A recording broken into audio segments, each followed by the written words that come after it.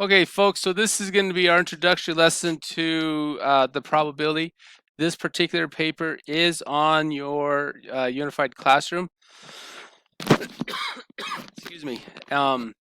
What you're going to do is you're going to cut out the papers and you're going to lay out the students, okay?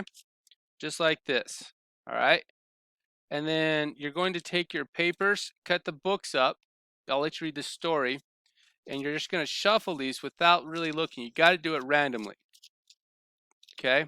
And then you're just going to put the books on top of the students. If the numbers match up, they've got the correct book. So for this experiment, we got one correct, okay? So then you're going to shuffle them up again and then lay it out. And I got two correct this time, okay? So then that's how you can do it if you want to cut that paper out. If you don't want to cut it out and you just want to use cards, what you could do is lay it out as, there they are. So here are my students, 5, 6, 7, and 8, okay? So then my clubs here are going to be the books, and so then I can just lay them down, and you can see I have one correct, okay? So then I'd put that as a 1. That's how you can use the cards. Now, you should not get any 3 correct, and here's why. If you match up 3, your 4th card will match up, okay? So you should not get any 3s.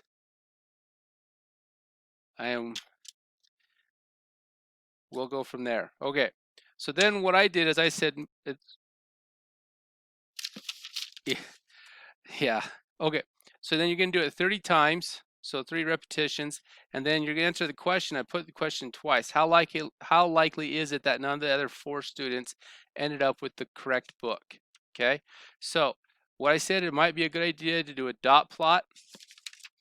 So here's what I did real quick is I just did a frequency table for myself, and then what we did as a class is we totaled up what we had.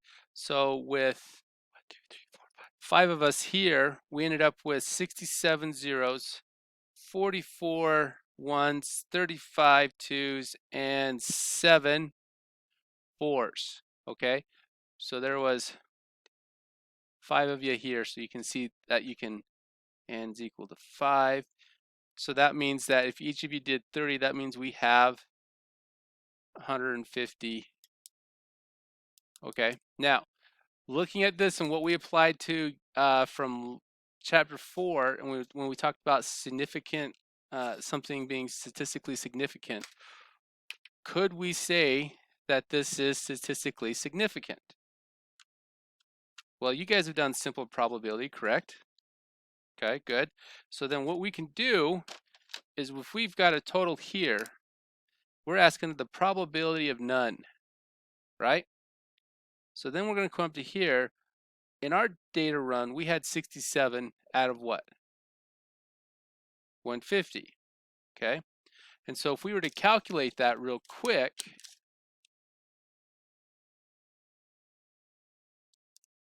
what was it? This is a 45% chance, okay? So is it surprising if you read the story, it's basically the students checked in their books and none of them had the correct book, these 4 students. Is it surprising that nobody had a correct book? No, it's not, because I mean, 45%, that's almost half. That it would be an example of something being statistically significant, okay? So then your data set, however, may be different, right? You could have ended up with something like this, just real quick. So that's going to be my zeros.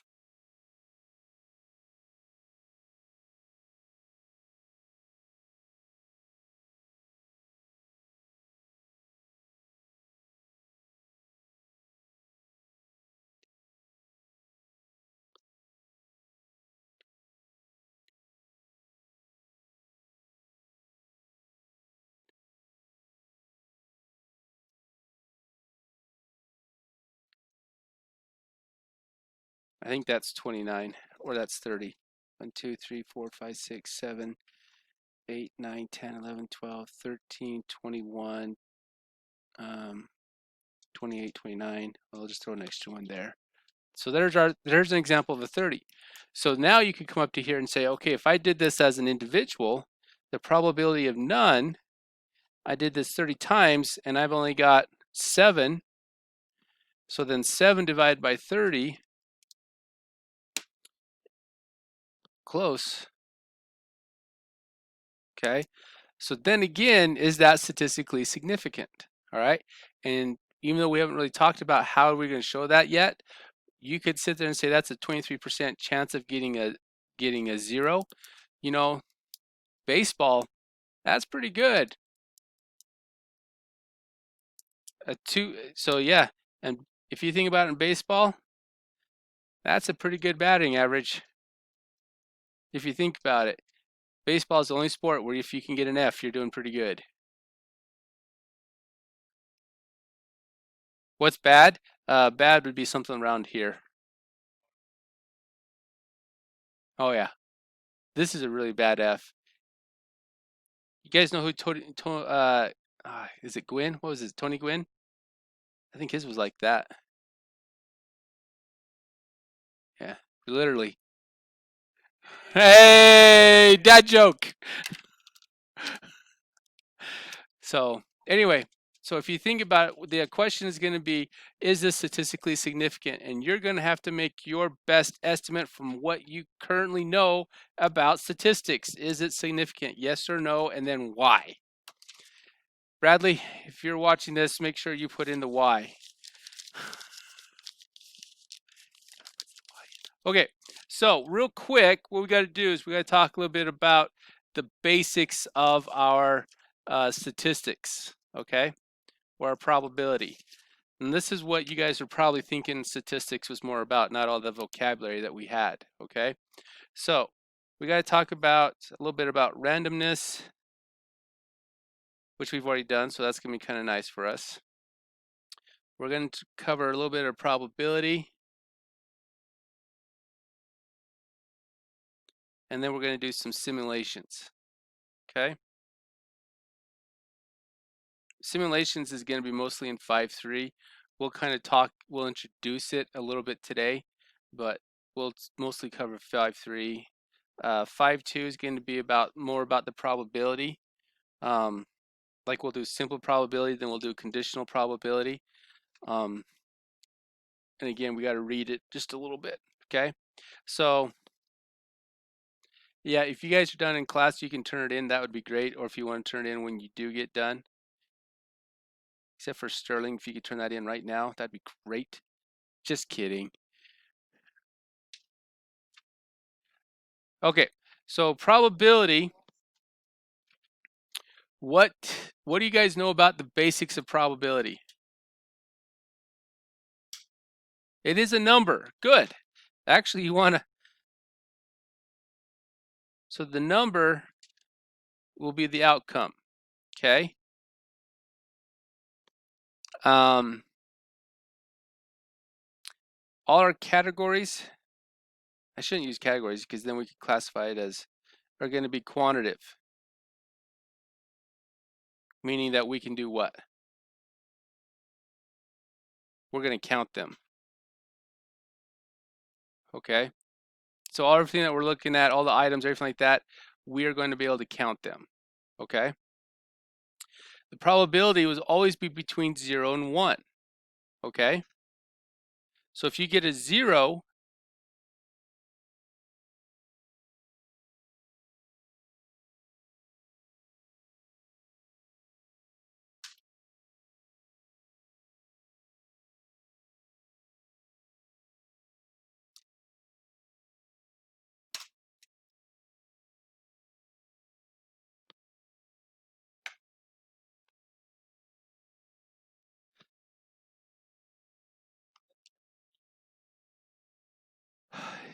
I can dream, but it's never going to happen. Okay. So the probability, so a 0% chance is something like meaning I'll never get to play for the Chicago Bears. Okay. I'm past my prime. My only hope is to have Turkey Bowl holidays or Turkey Bowl celebrations and still walk away without a limp.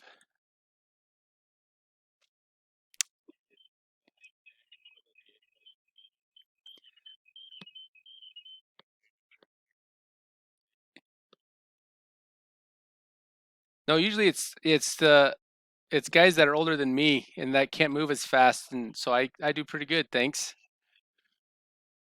Okay, so 100%.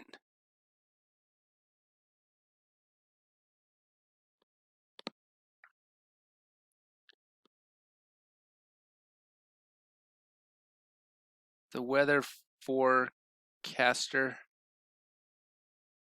never getting the weather right.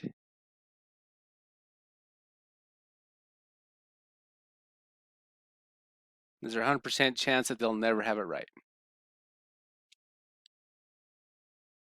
Come on. When they go like this, oh, it's going to be windy between 15 and 20 miles an hour. Bro,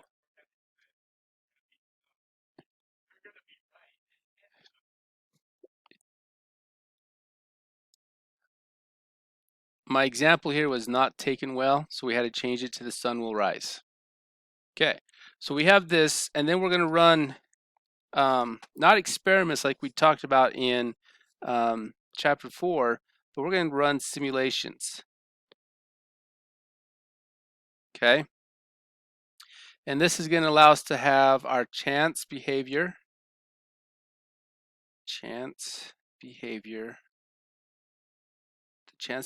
to operate, which is kind of weird because it's just there. Doesn't matter what happens. Okay, we need to be careful. Kind of what we talked about in chapter 4. We need to be able to have repetition. Okay, so it's not, it has to be exactly the same. All right. Okay, so then what we're going to do is we're going to throw this up here real quick, and I'm just going to pause it. Okay, so what we talked about just real quick was that you got 4 things to do. You got state, plan, do, conclude. So the state and plan I usually put together. If you check your answers in the book, they usually separate these two very plainly and obviously. I think that they go well together, that you don't need to separate them. So what we'll have to do in these two right here is we got to check your conditions and then state what we're going to do. So like, are we going to do a normal distribution? Are we going to do a t-distribution, something like that? And then we're going to show our work. So either if we use our calculator, we'll just say, hey, we used our calculator. Here's the one variable stats, and this is what we did. And then we conclude by saying, yes, it is true, or it's not true. Okay? So one thing I wanted to bring up, kind of show you during our simulations, instead of having to do all the dice roll and everything like that, if you hit the apps and then come down to the probability sim right there, and if it asks you to toss coins or roll a die or pick marbles or anything like that, it'll actually do it for you, so you don't feel like you have to go out and rummage stuff around your store or around the house or anything like that, but you can just do it for you real quick. Okay. All right. Right now we don't have any homework set up. I need to modify it just a little bit to make sure that it meets our needs, and then we can go from there. Okay. Okay.